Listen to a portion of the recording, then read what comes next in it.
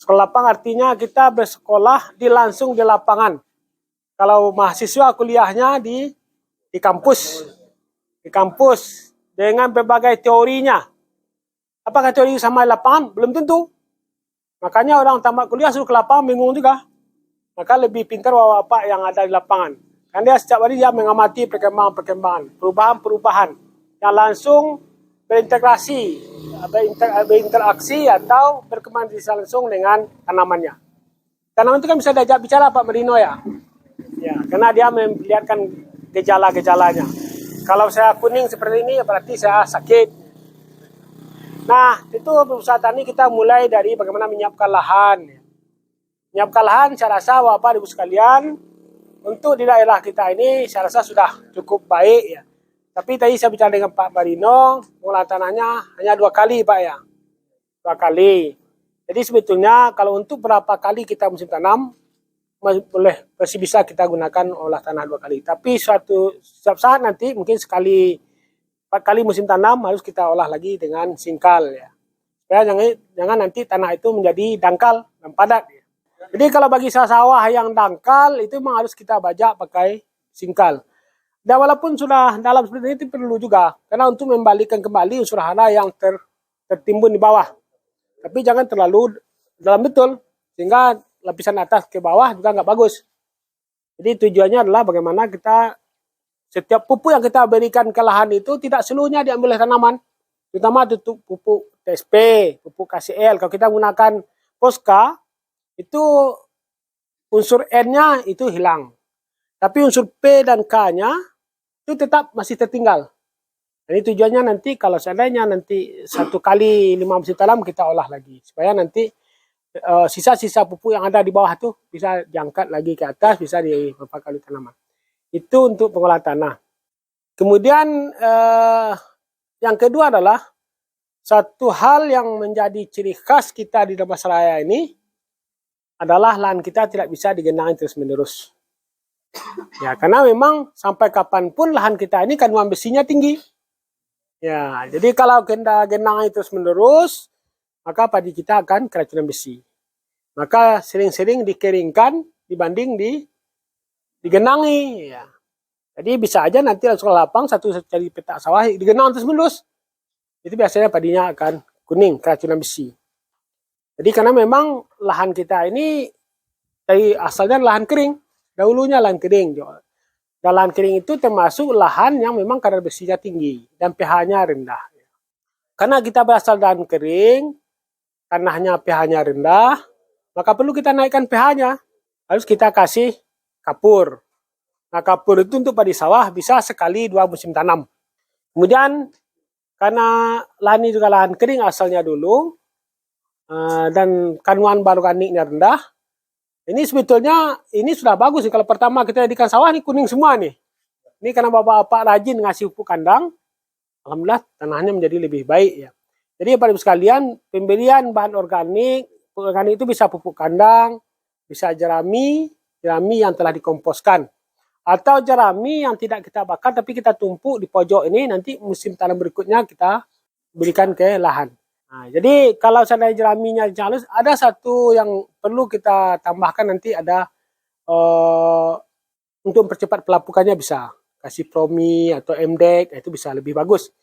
Nanti kalau nanti bisalah saya bawa nanti salah satu alat untuk mempercepat pelapukan jerami.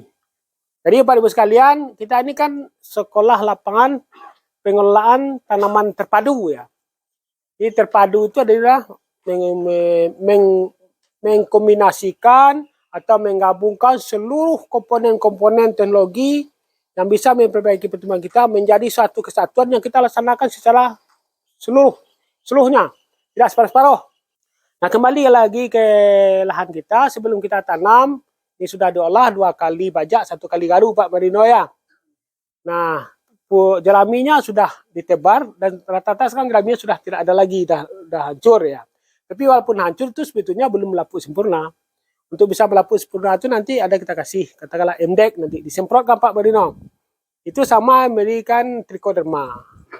Nanti kalau kita membuat kompos di trichoderma, sehingga dia lebih cepat melapuk, sehingga bisa lahan kita menjadi lebih subur, lebih gembur, dan tanaman kita menjadi lebih baik.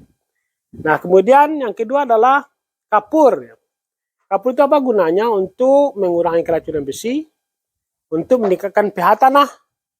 Jadi kalau kita ambil contoh tanah ini, kita ukur di labor, ini pH-nya masih di bawah 6 ini rata-rata. Nah, harus kita naikkan menjadi 6,5. 6,5 itu biasanya kapurnya 1 ton. 1 ton kapur, ya, 1 hektar. Kapurnya apa yang kita gunakan? Adalah kapur dolomit, tidak kalsit. Dolomit. Nah, Bapak Ibu sekalian, nanti kalau Bapak-Bapak beli kapur di toko tani, toko pertanian, lihat di situ dolomit. Ya, dolomit. Dilihat di sana kandungan MgO-nya, MgO. Nah, kalau dicantumkan di sana MgO-nya di atas 15% baru dolomit. Tapi kalau MgO-nya 6%, 5% itu bukan dolomit.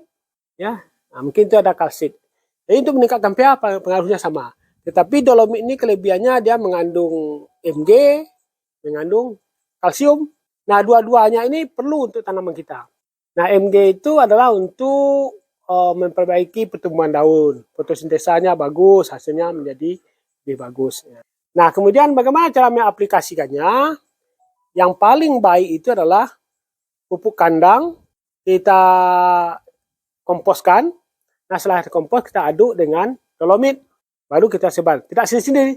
Biasanya kan kita kandang sendiri, dolomit sendiri ya. Nah, sebaiknya pupuk kandang itu memang harus kita komposkan. Setelah jadi kompos, kemudian kita tambah dengan kapur, ditaburi kapur. Bukan saat mengompos kan? Kalau saat mengompos kan nanti komposnya tidak jadi-jadi. Jadi menambahkan kapur ke kompos itu setelah komposnya jadi. Nah, itu kita berikan bisa 1 kali untuk 2 musim tanam kalau kapur.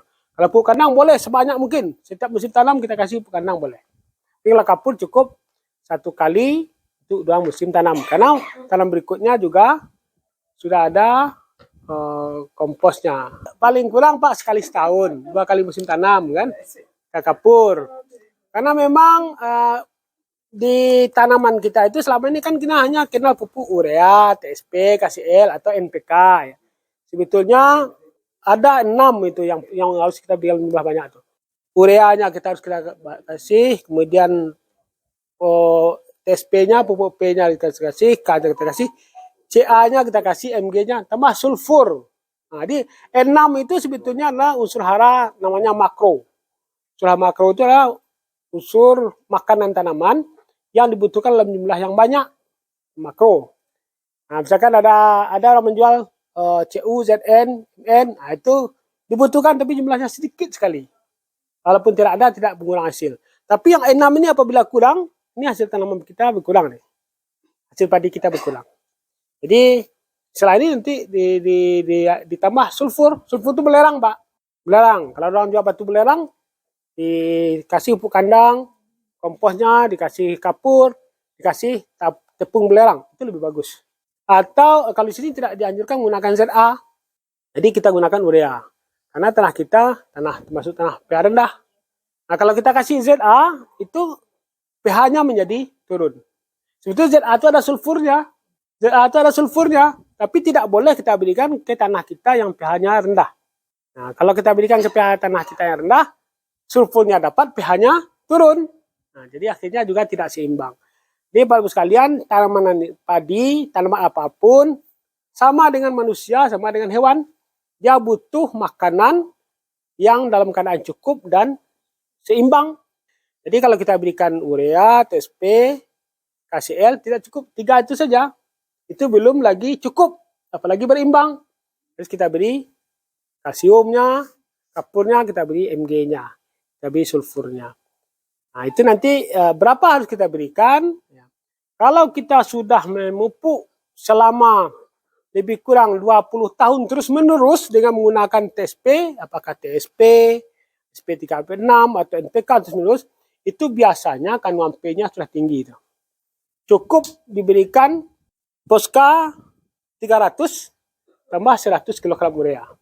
Jadi Bapak Ibu sekalian, pupuk organik itu bagus. Tapi memang harus kita berikan jumlah yang banyak. Karena kandungan N-nya kalau solid itu hanya 2%.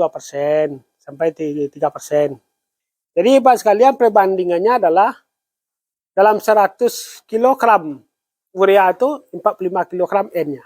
Jadi kalau 45 kilogram, kalau kita memberikan 2 karung urea, kita berikan pupuk organik yang 2%, berarti nanti 2% sekitar 2 ton itu. Baru cukup seimbang dengan 1 karung urea. Nah, tapi kan diberikan 2 ton pupuk itu, ada juga unsur P-nya, ada unsur K-nya, ada unsur mikronya. Jadi sebetulnya kalau sudah diberikan dalam jumlah yang cukup itu untuk pertumbuhan tanaman. Dalam jumlah 2 ton. Jangan kurang dari 2 ton per hektar. 2 ton itu berarti kan 40 karung gitu Pak. 40 karung dalam 1 hektar. Nah kemudian kalau tanah sawah kita sudah 20 tahun pupuk TSP, pupuk P itu biasanya cukup hanya setengah karung per hektar. TSP-nya. TSP ini. Ya, KCL-nya juga cukup setengah karung. Tapi ditambah tadi itu dengan pupuk organik. Jadi kalau Bapak-Bapak sudah menggunakan pupuk organik 2 ton per hektar, itu cukup TSP-nya 50 kilo berapa? 50 kilo 1 karung ya? Bukan 50 kilo 1 karung. KCL-nya setengah karung, sudah cukup. Jadi 50 kilo. Itu sudah cukup itu untuk 1 musim tanam.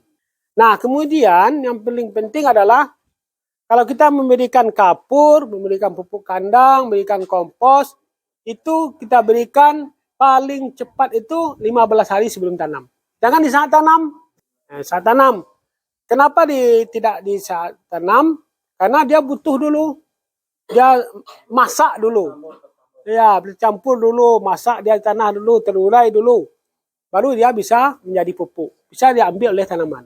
Tapi kalau seandainya kita berikan saat tanam, 15 hari lagi tanaman kita sudah butuh, dia belum dapat itu. Di saat tanaman kita membutuhkan, unsur-unsurnya belum, unsur lainnya belum tersedia. Artinya sama dengan kita memasak nasi lah. Kita masak nasi itu kan sebelum orang lapar ya. Kalau kita mau makan siang, jam 1, masaknya jam berapa? Ya jam 11 atau jam pagi disediain. Sama dengan itu. Jadi padi itu butuhnya setelah 10 hari sudah tanam, dia sudah butuh pupuk. Nah, terlalu cepat diberikan pupuk, kalau pupuk urea juga nggak bagus ya. Jadi kalau pupuk organik, pupuk kandang, kapur itu diberikan 2 minggu paling cepat. Jadi memberikan pupuk organik itu sebaiknya di saat pengolahan tanah itu. Sebelum kita menggaru, menggaru ya, membajak, itu harus kita sebar pupuk kandang. Boleh, memang itu yang harus Pak lakukan. Jadi urea itu kita berikan setelah 10 hari tanam. 10 hari tanam. Ya. Jadi jangan urea diberikan di saat tanam. Karena nanti kita tanam, padi itu kan butuh. Kalau ini ngecret itu Pak ya. Kalau ngecret boleh. Nanti setelah seminggu setelah tanam kita kasih pupuk. Tapi kalau tanam pindah, itu paling cepat tuh 10 hari. Karena baru tanaman itu akarnya baru tumbuh 10 hari. Baru dia bisa mengambil. Kalau kita berikan urea di saat tanam, nanti ureanya hilang, saat kita nggak dimakan, nggak dapat gitu kan. Urea itu paling gampang, tapi kalau TSP, KCL bisa berikan saat tanam. Jadi seperti itu Pak. Jadi kalau Bapak seminggu setelah panen langsung ya di saat panen aja Pak. Selesai combine, padinya angkat, langsung ditabur pupuk kandangnya. Itu malah lebih bagus, karena pupuk kandang itu kalau dicampur dengan jerami, jeraminya cepat lapuk Pak. Ya itu kan nanti jeraminya langsung diolah ya. Boleh Pak. Tapi saya sarankan nanti memang harus pakai dekomposer itu. Harus dekomposer. Kasih MDEK enggak banyak, ini juga enggak mahal. Percepat pelapukan. Karena memang kalau tidak melapuk, dia lama melapuk, nanti padi kita itu lama pertumbuhannya, dia kuning aja. 15 hari baru dia hijau. Tapi kalau kita jeraminya sudah lapuk, itu biasanya padinya tidak lama menguningnya. Kira-kira gitu Pak. Jadi apa yang saya sampaikan ini sebetulnya sudah Bapak kerjakan semua. Cuma ketepatan memberikannya dan dosisnya yang harus, atau jumlahnya yang penting. Jadi kalau kapur itu 1 ton per hektar, pupuk kandang itu 2 ton per hektar. Itu kombinasi yang paling cocok.